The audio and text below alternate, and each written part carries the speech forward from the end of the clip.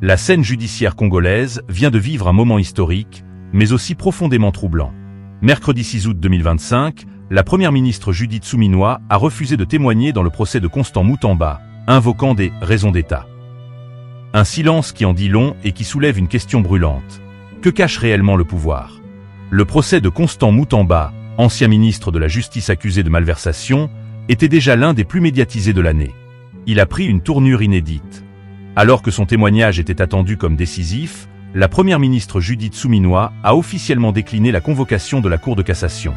Motif invoqué, des raisons d'État.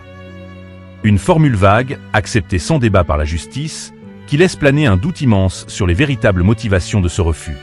Depuis le début, Mutamba clame être victime d'un complot politique. Son crime, avoir osé dénoncer une mafia judiciaire qui, selon lui, sape l'économie congolaise. Son équipe avait demandé l'audition de plusieurs hauts responsables, dont Suminwa, pour prouver que les décisions incriminées relevaient d'une chaîne de responsabilité institutionnelle. Mais aujourd'hui, chaque absence renforce l'impression d'un pouvoir qui se dérobe. Le contraste est frappant.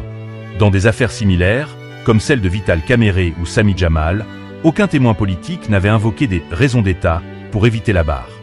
Pourquoi cette exception aujourd'hui? Mutamba, lui, n'aurait jamais pu se permettre un tel refus sans être accusé d'obstruction à la justice. Ce deux poids, deux mesures interroge. La raison d'État est-elle devenue un bouclier pour les puissants? Les enjeux sont colossaux. Le procès concerne des détournements présumés de 19 millions de dollars, mais aussi des pratiques systémiques qui étouffent l'économie congolaise.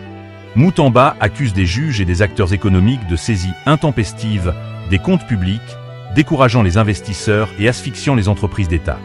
Des allégations qui touchent au cœur du système et qui expliquent peut-être les réticences à faire toute la lumière. Sur les réseaux sociaux et dans la rue, le refus de Suminwa fait l'effet d'une bombe. Pour ses détracteurs, c'est la preuve que Mutamba dérange là où ça fait mal. Pour ses soutiens, ce silence confirme ses accusations.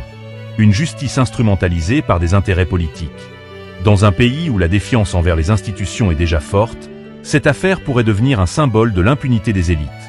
Alors, que cache vraiment la première ministre? Protège-t-elle l'État ou certains de ses acteurs? Mutamba est-il un bouc émissaire ou un coupable qui tente de brouiller les pistes?